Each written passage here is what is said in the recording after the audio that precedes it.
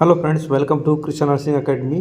Friends, आज हम लोग कुछ अलग टॉपिक देखेंगे कम्युनिकेबल और नॉन कम्युनिकेबल डिजीज के बारे में, है ना। इसमें बहुत कन्फ्यूज़न होता है।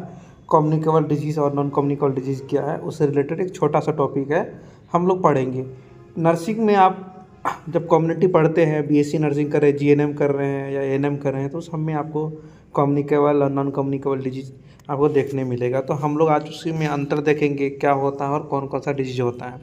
चलिए हम लोग देखते हैं कम्युनिकेबल और नॉन कम्युनिकेबल डिजीज़ के बारे में। पहला है नॉन कम्युनिकेबल डिजीज। ये जो है कि ये डिजीज जो है वो रोगी जो एक व्यक्ति से दूसरे व्यक्ति में फैलता है, ठीक है ना, कि वो रोगी जो एक व्यक्ति से दूसरे व्यक्ति में फैलता है और इसका कारण है सूक्ष्म जीव, micro organism, bacteria, virus, fungus, protozoa. मतलब यह डिजीज जो है एक व्यक्ति से दूसरे व्यक्ति में फैल जाता है।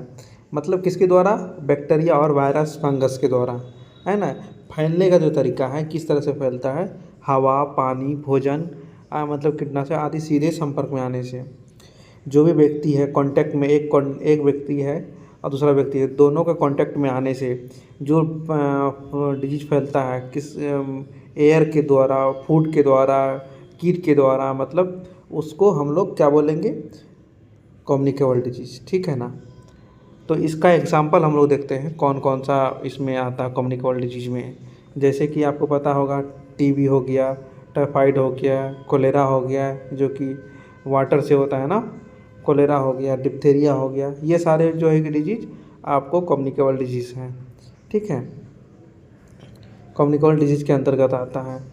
तो अब हम लोग देखेंगे इसमें ये तो बैक्टीरियल इन्फेक्शन हो गया, और जो वायरल से होता है कौन, मीजल्स हो गया, पोलियो हो गया, इन्फ्लुएंजा हो गया, कोविड-19 हो गया। अभी कितना कोविड के समय में जो है कि 1-2 गज की दूरी एकदम डिस्टेंस बनाने बोलता था गवर्नमेंट। तो क्यों? क्योंकि वो जो डिजीज़ था, वो सब डिजीज़, कोविड वाला जो डिजीज़ था, ये कम्युनिकेबल डिजीज़ था, है ना, इसीलिए डिस्टेंस बनाने बोलता था। चलिए, ये वायरल तरीके से बैक्टीरिया से हो सकता है, एक दूसरे व्यक्ति के कांटेक्ट में आने से। इसमें जो है कि प्रोटोजोअल डिजीज हो जाएगा, मलेरिया होगा, एमोसिस होगा, फंगल में होगा, रिंग वर्म हो गया, कैंडिसिस हो गया।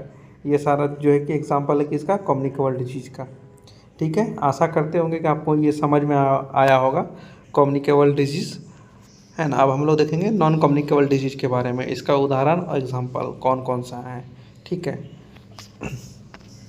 नॉन कम्युनिकेबल डिजीज है वे रोगी जो एक व्यक्ति से दूसरे व्यक्ति में नहीं फैलाते हैं, ठीक है ना। उसमें क्या था, एक यहाँ उसमें जो कि मेन आदमी जो था, पीपल जो था, वो एक दूसरे के कांटेक्ट में आने से फैलता है, एक दूसरे को टच में होने से फैलता है, वो कम्युनिकेबल डिजीज़ था। और इसमें या नॉन कम्युनिकेबल में वो रोगी जो, मतलब वो रोग जो एक व्यक्ति से दूसरे व्यक्ति में नहीं फैलता है, ठीक है, मतलब टच होने पे, हवा, पानी, इससे सारे नहीं फैलता है। तो इसका कारण क्या क्या होगा?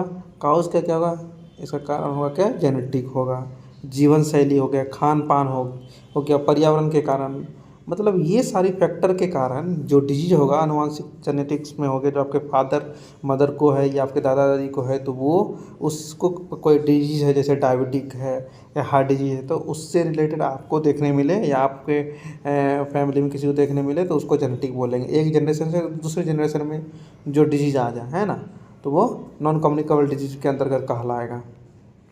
और जीवन शैली देखिए, कोई व्यक्ति आप 8 घंटा का जॉब करता है, 8 घंटा का जॉब होता है, लेकिन वो 12 आवर करता है, आके सोता है 6 घंटा, फिर काम करता है एकदम 24 आवर। तो उसमें उस खाने पीने का जो लाइफ स्टाइल, जीवन शैली होता है, नहीं मॉर्निंग वॉक होता है, नहीं एक्सरसाइज होता है, तो ये सारा चीज़ उसका चेंज हो जाता है, उसके कारण जो डिजीज डेवलप होता है, तो उसको हम लोग नॉन कम्युनिकेबल डिजीज बोलेंगे, है ना।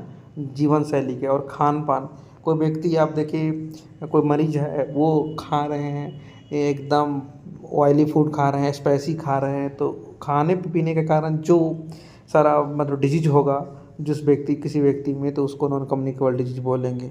आशा करते होंगे आपको नॉन कम्युनिकेबल डिजीज समझ में आ रहा होगा। इसमें आप देखिए एग्जाम्पल हम लोग देखते हैं। एग्जाम्पल क्या है? जैसे कि हमने बताया कि अभी लाइफ स्टाइल के कारण, जो लाइफ स्टाइल जिसका अगर अल्टर्ड होगा तो उसको क्या होगा? डायबिटीज हो गया, हाइपरटेंशन हो गया, ओबिसिटी होगा। आजकल इंडिया में ओबिसिटी बहुत कॉमन हो गया, खाने पीने का अल्टर्ड कारण, है ना।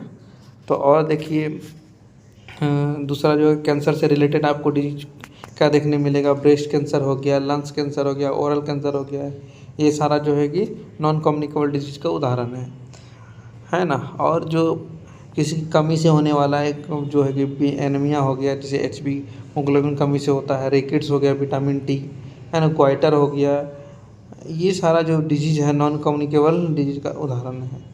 ठीक है फ्रेंड्स।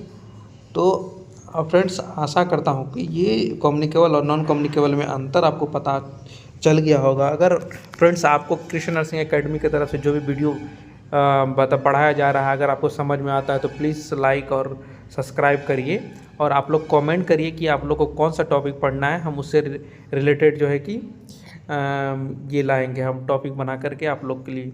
ठीक है, जितना इजी भाषा में हो सके, ताकि मेरा मकसद ये है कि हर एक स्टूडेंट जो है कि उसको समझ पाए, है ना। तो फ्रेंड्स लाइक करिए, कमेंट करिए, सब्सक्राइब करिए, और आपको लगे कोई टॉपिक पढ़ना है, स्पेशल टॉपिक, आप कमेंट कर सकते हैं। Thank you.